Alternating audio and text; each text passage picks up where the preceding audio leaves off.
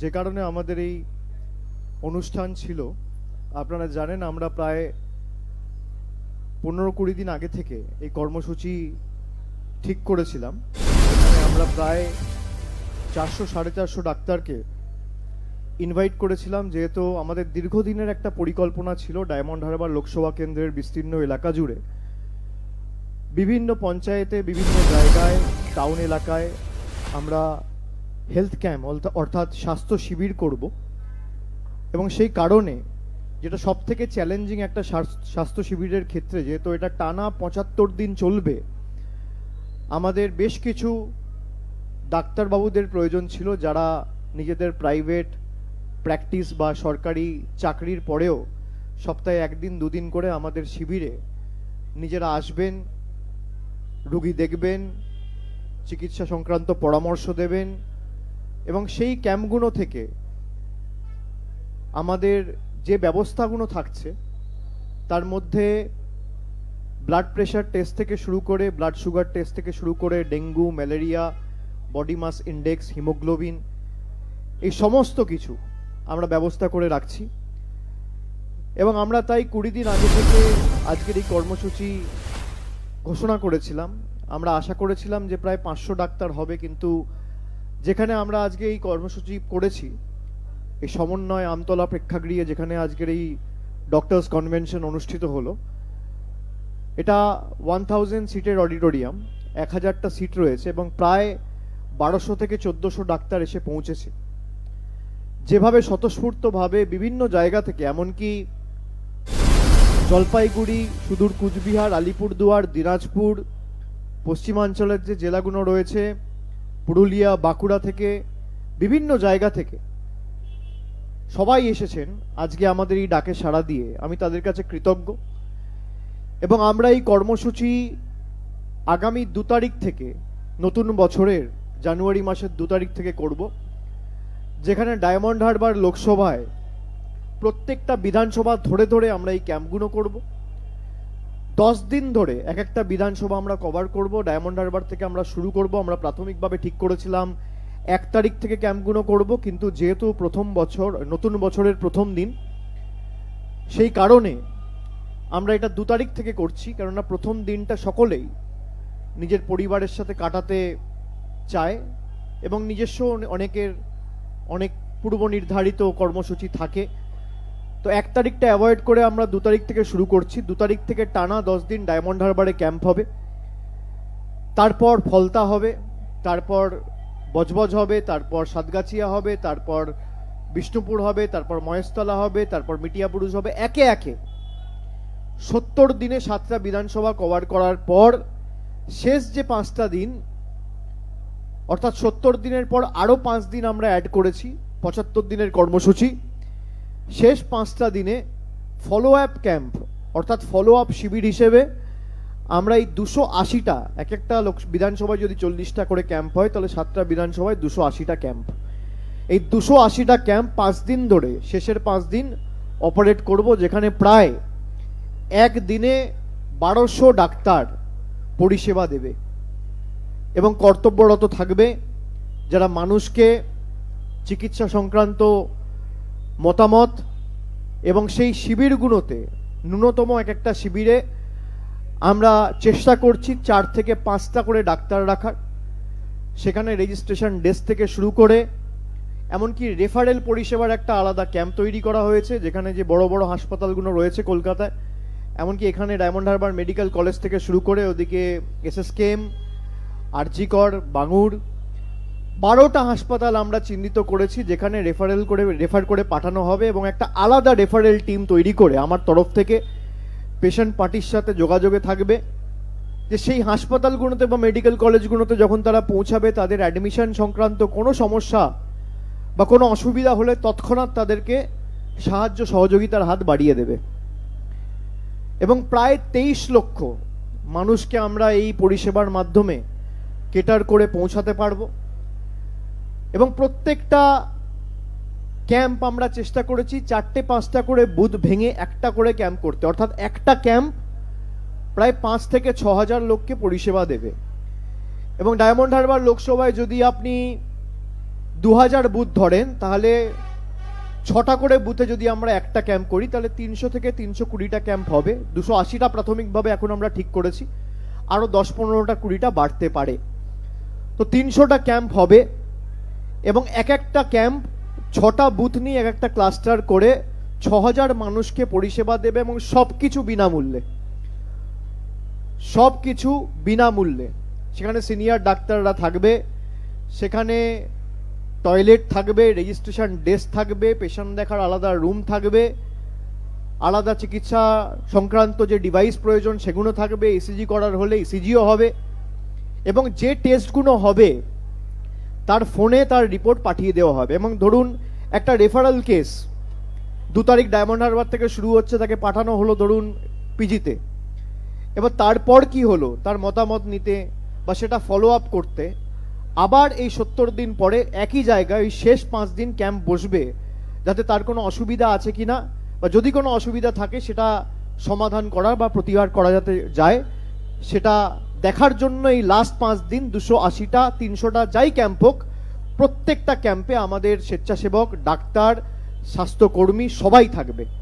এবং আমি মনে করি ভারতবর্ষে এমন নজিরবিহীন কর্মসূচি, প্রয়াস বা উদ্যোগ কোনো বিধানসভা, কোনো লোকসভায় হয়নি।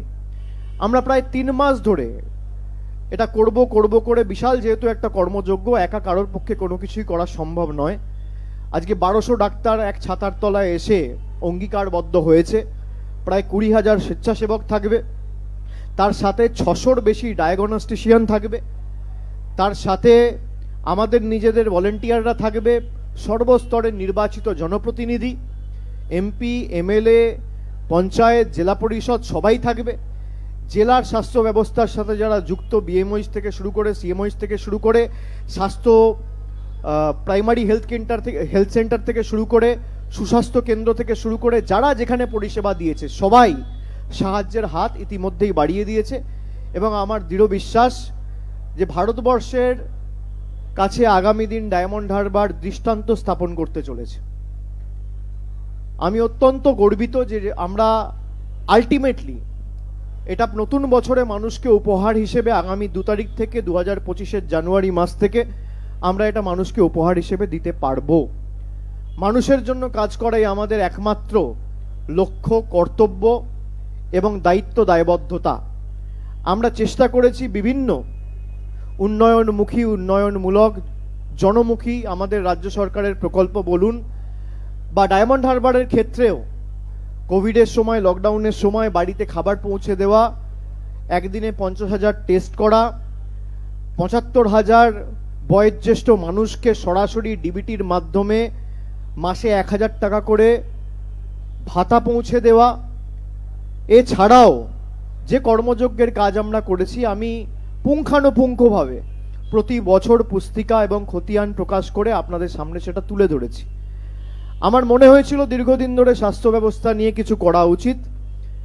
সুস্বাস্থ্য কেন্দ্র, প্রাইমারি হেলথ সেন্টার রয়েছে, আমরা চেষ্টা করেছি আরও 2 ধাপ 3 ধাপ 4 ধাপ নেমে যাতে সেটা সরাসরি মানুষের দোরগোড়ায় পৌঁছে মানুষকে সেই পরিষেবাটা দিতে পারি। এরপর আপনাদের যদি কোনো প্রশ্ন থাকে আপনারা করতে পারেন, একে একে করবেন। একটা মাইক দাও।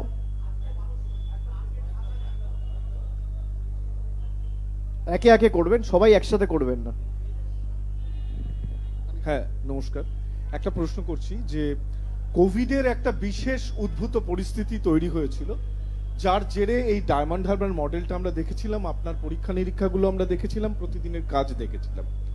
এখন কি এমন পরিস্থিতি তৈরি হলো যে জায়গা থেকে দাঁড়িয়ে স্বাস্থ্য সম্পর্কে আলাদা এভাবে একটা ড্রাইভ আপনাকে নিতে হচ্ছে ডায়মন্ড হারবারের মাটিতে দাঁড়িয়ে? আপনি বলছেন ট্রায়াল, আপনি বলছেন বেশ কিছু পরীক্ষা নিরীক্ষা, এবং তিলোত্তমা কাণ্ডের এর সঙ্গে যেটা জুড়ছি যে তিলোত্তমা কাণ্ডের পরিপ্রেক্ষিতে আমরা দেখেছিলাম যে চিকিৎসকরা রাস্তায়, চিকিৎসক সমাজ, সেই চিকিৎসকদের আজকে আপনি হাত বাড়িয়ে দিলেন, হেল্পলাইন এবং বিভিন্ন হাত বাড়িয়ে দিলেন।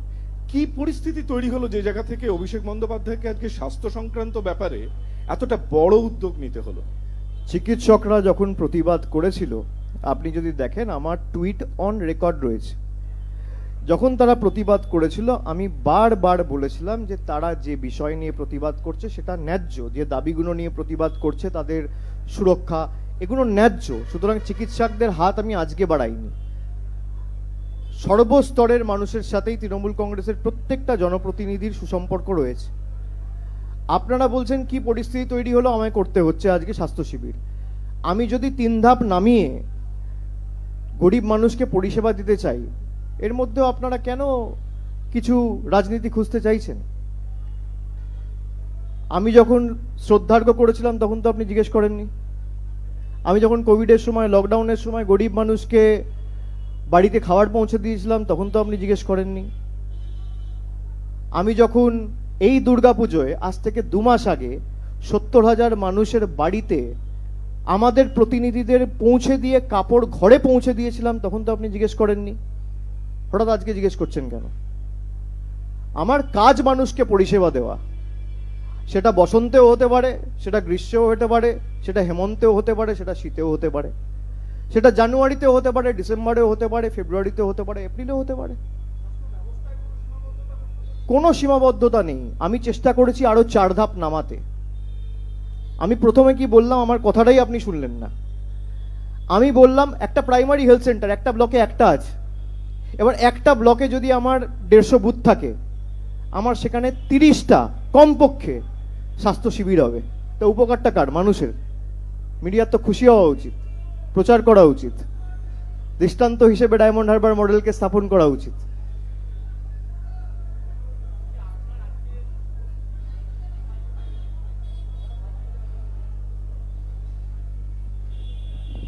আজকে চিকিৎসকদের উপস্থিতির সংখ্যা 1200 থেকে 1300, আপনার কলকাতায় টার্গেট 5000। এই আরজি করে ঘটনার পর অনেকেই বলছিলেন শাসক দল এবং সরকার টার্গেট 5000 না, এটা ভুল। আমি বলছি আজকে অনেকে আসতে পারেনি। কালকে রাত্রে আমি বললাম এই অডিটোরিয়ামে 1000টা সিট রয়েছে আর 1400 লোক এসছে। এমনকি পিছনের দিকে আমাদের স্ক্রিন লাগিয়ে 200 চেয়ার পাততে হয়েছে।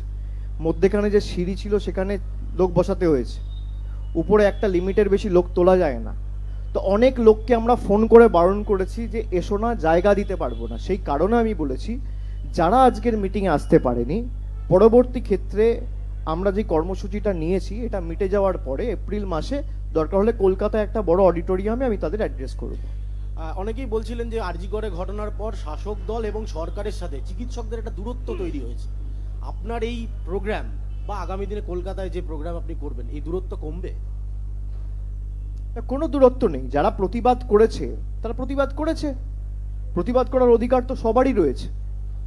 এবং যে দাবিগুলো নিয়ে প্রতিবাদ করেছে, মুখ্যমন্ত্রী তো জুনিয়র ডাক্তারদের সাথে বসেছে, রাজ্য সরকারের তরফ থেকে মুখ্য সচিব একাধিকবার বসেছে। তারা যে দাবিগুলো উঠিয়েছিল সেই একাধিক দাবিকে মান্যতা দেওয়া হয়েছে, প্রশাসনিক রদবদল সেভাবে করা হয়েছে। কোনো দূরত্ব নেই। যদি কেউ বসতে চায় আমার সাথে, আমি বারবার হাত বাড়িয়ে দিয়েছি, বসুক। আমি আজকে মিটিংয়ে আমি মূলত বিল নিয়ে অনেক কিছু বলেছি। আমার মনে হয় আমি প্রথম দিন যেটা বলেছিলাম যে একমাত্র সমস্যা হচ্ছে অ্যান্টি রেপ ল। আমি আমতলা থেকে দাঁড়িয়েই বলেছিলাম যে সরকার আনুক, আমরা সমর্থন করব। তো সরকার তো আনেনি। আমি সেটাই ওদের বললাম যে আমরা আমাদের বিধানসভায় অপরাজিতা বিল পাস করে বিএনএসএস এর অ্যামেন্ডমেন্ট করে রাজ্যপালের কাছে পাঠিয়েছি। রাজ্যপাল সেটা রাষ্ট্রপতির কাছে পাঠিয়েছে। রাষ্ট্রপতির কাছে প্রায় 2 মাস হতে চললো, বিলটা পড়ে আছে, আটকে রয়েছে। এই বিলটা যদি ছেড়ে দেওয়া হয়, এটা যদি আইনে পরিণত হয়, তাহলে যেই এই ঘটনা ঘটাক, এই মানে দানব গুণর আমি মনে করি সমাজে বেঁচে থাকার কোনো অধিকার নেই। মানে মহারাষ্ট্রতে আপনি দেখেছেন বদলপুরে, জায়গাটার নাম কি বদলাপুর না বদলপুর, বদলাপুর, স্কুলে পড়ুয়া ক্লাস 2তে পড়ে, 3তে পড়ে, বাচ্চাদের হেনস্থা হতে হয়েছে। তো কেন্দ্র সরকারকে কেউ তো আটকায়নি। তাদের কাছে সংখ্যাগরিষ্ঠতা রয়েছে, তারা কেন্দ্রে রয়েছে, মানুষ তাদের নির্বাচিত করেছে। তারা যদি অর্ডিন্যান্স করে দিল্লি সরকারের ক্ষমতা কুক্ষিগত করে রাখতে পারেন, তারা যদি অর্ডিন্যান্স করে ইডি ডাইরেক্টরের মেয়াদ বাড়াতে পারেন, তাহলে তারা অর্ডিন্যান্স করে একটা অ্যান্টি রেপ বিল আনছেন না কেন? 6 মাসের মধ্যে ভোটাভুটি হবে। আর সংখ্যা কম পড়লে তৃণমূল কংগ্রেসের 29 জন অ্যান্টি রেপ লয়ে ভোট দেবে। আনুন, কেউ তো বারণ করেনি। আমি ছাত্র পরিষদের প্রতিষ্ঠা দিবস থেকে মেয়র রোডে ঘোষণা করেছিলাম আমি প্রাইভেট মেম্বার বিল আনবো। তারপরে রাজ্যের বিধানসভায় অপরাজিতা বিল পাস হয়। এই বিলটা কার্যকরী হলে আর প্রাইভেট মেম্বার বিল আনতে হবে না, আর যদি না হয় আমি প্রাইভেট মেম্বার বিল আনবো। কিন্তু প্রাইভেট মেম্বার বিলের অনেক বাধ্যবাধকতা থাকে, লটারি হয়, ওই সেশনে উঠবে কি উঠবে না আপনি জানেন না, তো আবার পরের সেশনে ট্রাই করতে হবে।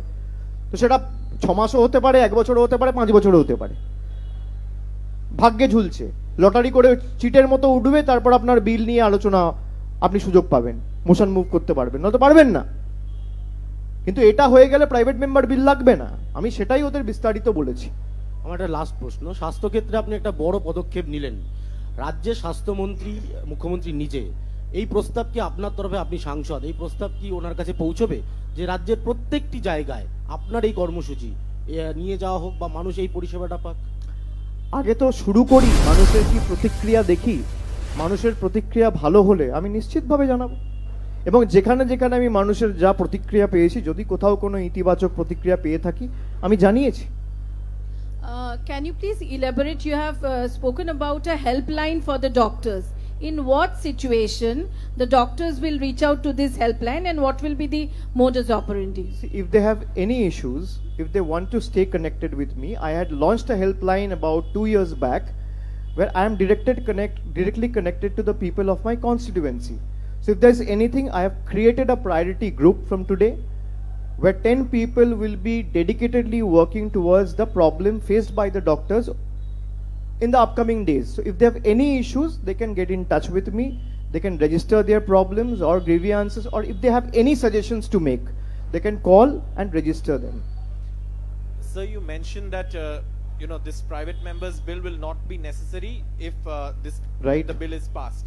Now, in Parliament, obviously, you requested the centre that to take it up, but within the opposition ranks, we've been discussing issues of what should be raised in Parliament. We've seen so many issues on which the opposition agrees and some issues on which the opposition agrees. Will you discuss with other political parties that are part of the opposition grouping to push for this law that you're talking about No, in Parliament? first, as been briefed by one of our spokespersons the other day, I think Chondima Bhattacharya did the press conference. So it was clearly mentioned that a unanimous decision has been taken in the working committee meeting that a delegation of 15 to 20 women legislators, including MPs, will seek an appointment with the Honorable President of India and request her to clear the bill. So once we get an appointment, and Derek O'Brien, who is the leader of the party in Rajya Sabha, has been entrusted with that responsibility to seek an appointment from the President's office. So once we get an appointment and our legislature our team members go and delegation go and meet the Honorable President, and then we can take a decision on the next course of action. If the need be, I can only move the private member bill. You don't need joint consensus for that. আচ্ছা, আপনি বললেন যে ডাক্তাররা যে রাজ্যে যেখানে কোনো অসুবিধায় পড়লে আপনার সঙ্গে হেল্পলাইন নাম্বারে যোগাযোগ করতে পারবে। আর একটা ডায়মন্ড হারবারের ক্ষেত্রে আপনি রেফারেল সিস্টেম নিয়ে যেটা বলেছেন, যদি কোনো রেফারে কোনো সমস্যা হয় সেও আপনাদের টিমের সঙ্গে যোগাযোগ করলে তার ভর্তির ব্যবস্থাটা হবে। কিন্তু এই রেফারেল সিস্টেম নিয়ে সারা রাজ্য জুড়ে একটা মারাত্মক সমস্যা, যে সমস্যাটা অত্যন্ত সমস্যা, ডাক্তাররাও বারবার করে বলেন যে রেফার হওয়া রুগী ঘুরে বেড়ায়। তো রাজ্যের অন্যান্য ক্ষেত্রে যারা রয়েছেন রেফার নিয়ে যারা ভুক্তভোগী, তাদের জন্য কি কোনো আগামী দিনে কোনো ভাবনা চিন্তা কিছু আপনি চিন্তা ভাবনা বা পরিকল্পনা? আমি আমার জায়গাটা নিয়ে বলতে পারি, সেখানে জনপ্রতিনিধিরা, আমার এখতিয়ার তো ক্রস করার আমার ঠিক না। সেখানে এমএলএ রয়েছে, জনপ্রতিনিধি রয়েছে, এমপি রয়েছে, তারা করুক। যদি কোনো অসুবিধা হয় আমাকে জানাবে। আপনার কাছে যদি সেরকম স্পেসিফিক কোনো কেস থাকে আপনি জানাবেন আমাকে।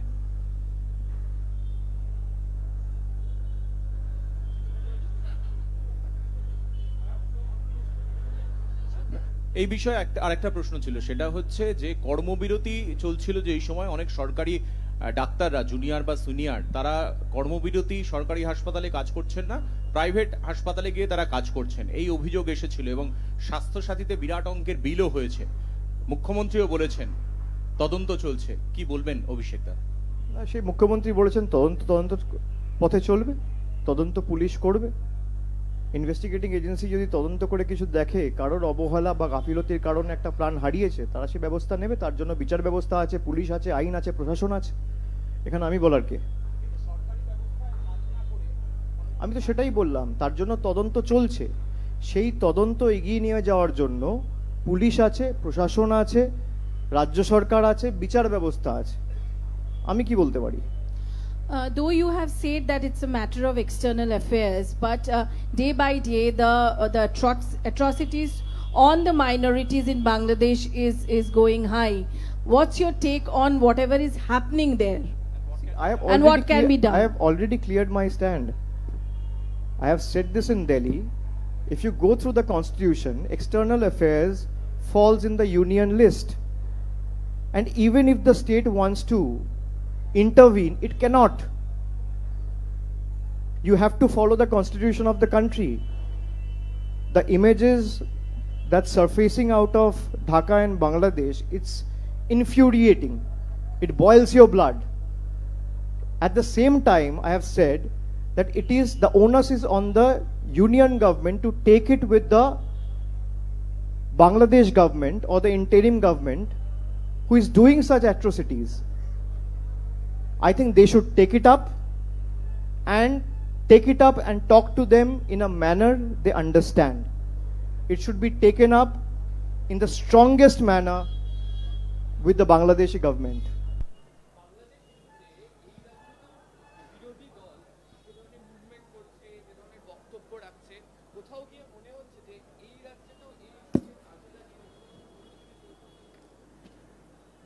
বাংলাদেশে যা হচ্ছে সেটা তো রাজনীতির বিষয় নয় এখানে। তো বিজেপির অভ্যাস সবকিছু নিয়ে রাজনীতি করা, আরজিকর নিয়ে রাজনীতি করেছে, বাংলাদেশ নিয়ে রাজনীতি করছে। আরে বিজেপির সরকারই তো ক্ষমতায় কেন্দ্রে, এই বীরত্বটা দিল্লিতে গিয়ে দেখাক। আমরা তো চাই যে বাংলাদেশে যে অনাচার চলছে তার বিরুদ্ধে ব্যবস্থা হোক, কিন্তু ব্যবস্থা তো মামাটি মানুষের সরকার বা পশ্চিমবঙ্গ সরকার নিতে পারবে না। আপনাকে তো সংবিধান মানতে হবে। সংবিধানে 3টে লিস্ট আছে, state list, union list, concurrence list. Union লিস্টে পড়ে এক্সটার্নাল অ্যাফেয়ার্স।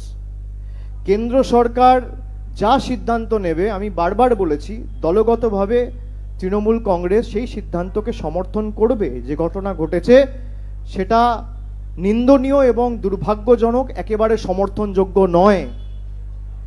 যারা এখানে বীরত্ব দেখাচ্ছে তাদের তো উচিত দিল্লিতে গিয়ে বীরত্ব দেখানোর। আর তা না হলে ইউনিয়ন থেকে বলে দিক, ভাই যে কেন্দ্রীয় সরকার বলে দিক যে রাজ্যের সরকার ব্যবস্থা নিক, আমরা নেবো না। হোম মিনিস্ট্রি বা এক্সটার্নাল অ্যাফেয়ার্স একটা নোটিফিকেশন বার করে বলে দিক, তারপর তারা এসে এখানে রাজনীতি করুক। দুটোর মধ্যে তো একটা করতে হবে।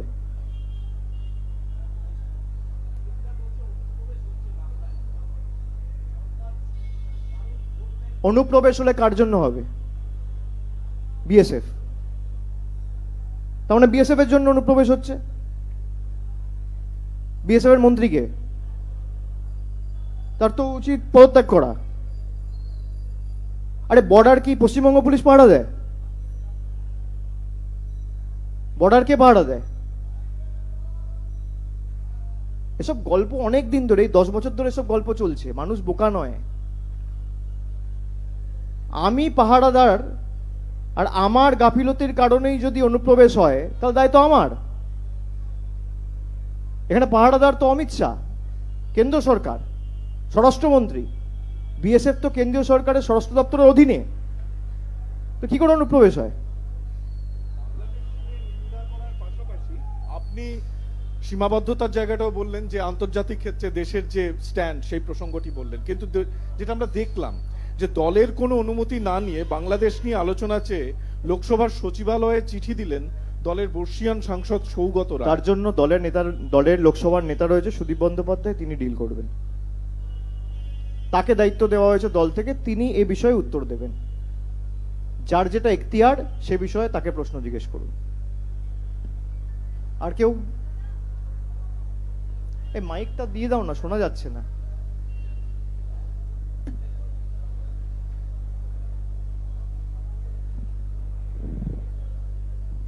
আপনি বলেছেন যে এখানে রেফার করার বিষয় থাকবে, মানে যারা ক্রিটিক্যাল হবে বা যাদের রেফার করার মতো হবে তাদের 12টি চিকিৎসা কেন্দ্রের নাম আপনি বলে দিয়েছেন, কিন্তু বেশিরভাগ ক্ষেত্রেই দেখা যায় যে এসএসকেএম বা এই জাতীয় হাসপাতালে বেডের একটা সমস্যা সবসময় থাকে। সে তো রয়েছে, আগামী দিনেও থাকবে। তাও আমাদের যতটুকু ক্ষমতা রয়েছে, চেষ্টা রয়েছে, আমরা কোনো ত্রুটি রাখবো না। আমরা চেষ্টার কোনো ত্রুটি রাখবো না। দেখুন, সব জায়গা থেকে মানুষই তো এসকেএমে আসে, খালি ডায়মন্ড হারবার থেকে তো যাবে না। উত্তর চব্বিশ পরগনা থেকে আসছে, হাওড়া থেকে আসছে, হুগলি থেকে আসছে, বর্ধমান থেকে আসছে, উত্তরের জেলাগুলো থেকে আসছে, সব জায়গা থেকে আসছে। সুতরাং আমরা চেষ্টা করব সেক্ষেত্রে মানে যারা ভর্তি হতে পারবেন না বা তাদের অন্য জায়গায় আমরা চেষ্টা করব অ্যাকোমোডেট করার, করা যদি সেখানে না হয়। So on the recent assembly election results, for the opposition bloc, Maharashtra was a huge disappointment. As a senior leader of your party, what do you think is your analysis of these election results, that the assembly elections that we saw in several states? What does it tell you? It tells you that one day is too long in politics. And I'm not a political analyst to assess this question. There are a lot of, doyens and other honchos who will sit in the media channels at 8 p.m. and give gyan to everyone. So ask them. I think one day is too long in politics, and you should not take the people for granted. That's one of the most important learning and takeaways. Acha, aar kyun?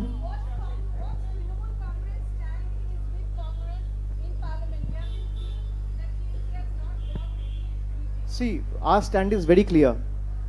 We will give priority to the issues of Bengal first. Bengal has been deprived of its rightful dues from the last 10 years. So first you have to understand, people of this constituency, bordering constituency of this state, have elected us to fight for them first. We have no problem, but they also have to understand that Bengal has been deprived of dues equivalent to 2 lakh crore rupees now. Even GST devolutions have not been released. So we will give priority to the issues of the state first.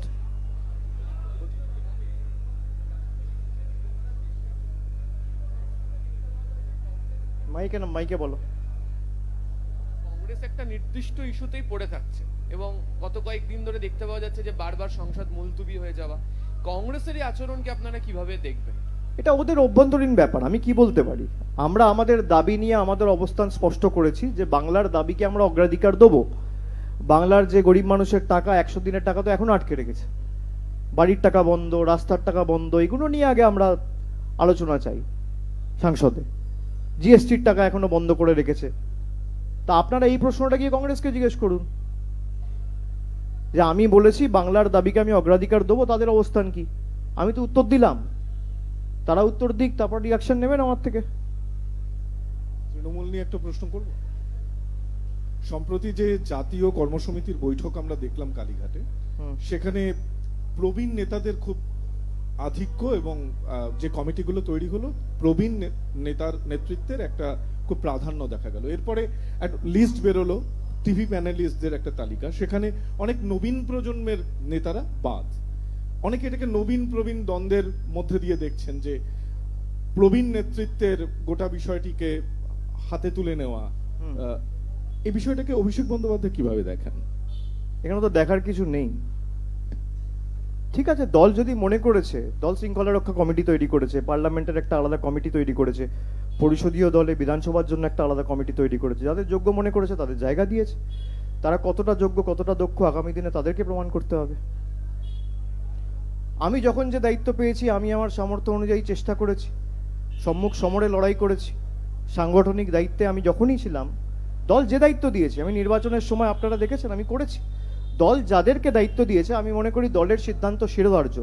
তারা কতটা দক্ষ, তারা কতটা পটু, তারা কতটা পরীক্ষিত, প্রমাণ তাদের করতে হবে। আরেকটা প্রশ্ন, সেটা হচ্ছে যে ভারতবর্ষের অর্থনীতি ক্রমশই পিছিয়ে পড়ছে। এই মুহূর্তে জিডিপি 5.4-এ নেমে গিয়েছে। আপনি কি মনে করেন যে বেকার বাড়ছে বিরাটভাবে? মোদী সরকার কি সামলাতে ব্যর্থ হচ্ছে দেশের অর্থনীতি? এ তো ডেটা আপনি দেখছেন, আমার বলার কি আছে এখানে? এটা স্টোরি হয়েছে, প্রত্যেকটা খবরের কাগজে আজকে বেরিয়েছে। তথ্য পরিসংখ্যান তো মিথ্যে কথা বলে না। তথ্য যদি বলে জিডিপি নেমে গেছে, এবং জুলাই, অগস্ট, সেপ্টেম্বরের রিপোর্টগুলো আপনারা দেখেছেন। কর্মসংস্থান নিয়ে তো এখানে কোনোদিন সরকার কাজ করেনি। সরকার সাম্প্রদায়িক রাজনীতি ছাড়া, রাজনীতি হওয়া উচিত অন্ন, বস্ত্র, বাসস্থান, শিক্ষা, শিল্প, স্বাস্থ্য, কর্মসংস্থান। এই 7টা টপিকের উপর কোন বিজেপি নেতা কবে বলেছে? আপনি আমাকে দেখান না বার করে। 5 মিনিট বলুন না, ডিবেট করবে, এই 7টা টপিক নিয়ে বলবে। হিন্দু, মুসলমান, সাম্প্রদায়িকতা, ইন্ডিয়া, পাকিস্তান, মন্দির, মসজিদ, কবরস্থান, এই তো রাজনীতি এদের। কর্মসংস্থান নিয়ে রাজনীতিটা করেছে কবে? দাদা, আজকে দেখা গেল পার্ক স্ট্রিটে একজন বাংলাদেশি জঙ্গিকে গ্রেপ্তার করা হলো, এই বিষয়ে কি বলবেন? কোথায়? পার্ক স্ট্রিটে। আমি জানি না, আমি শুনিনি। কে গ্রেফতার করেছে? কলকাতা পুলিশ। তাদেরকে জিজ্ঞেস করো, তারা প্রেস কনফারেন্স করে নিশ্চয়ই বলবে। যেখানে যা হচ্ছে আমার থেকে প্রতিক্রিয়া চাইলে কি করে হবে? কে কোথায় গ্রেফতার হচ্ছে তুমি বলছো কি বলবে? আরে যে গ্রেফতার করেছে আর যে গ্রেফতার হয়েছে তাই সে বলবে। হ্যাঁ,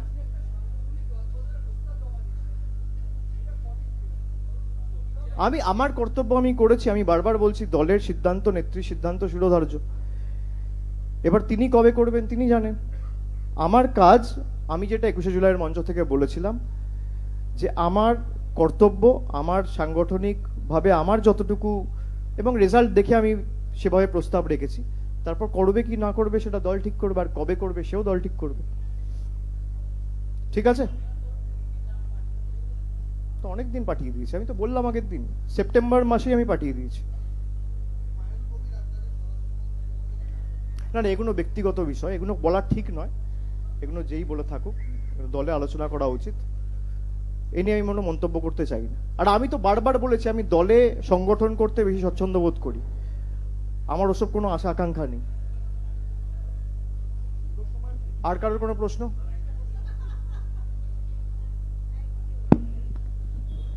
জাতীয় কর্মসমিতি বৈঠকে আমরা দেখেছি সুখেন্দু শেখর রায়কে ডাকা হয়নি, তাকে কি একেবারে বাদ দেওয়া হলো?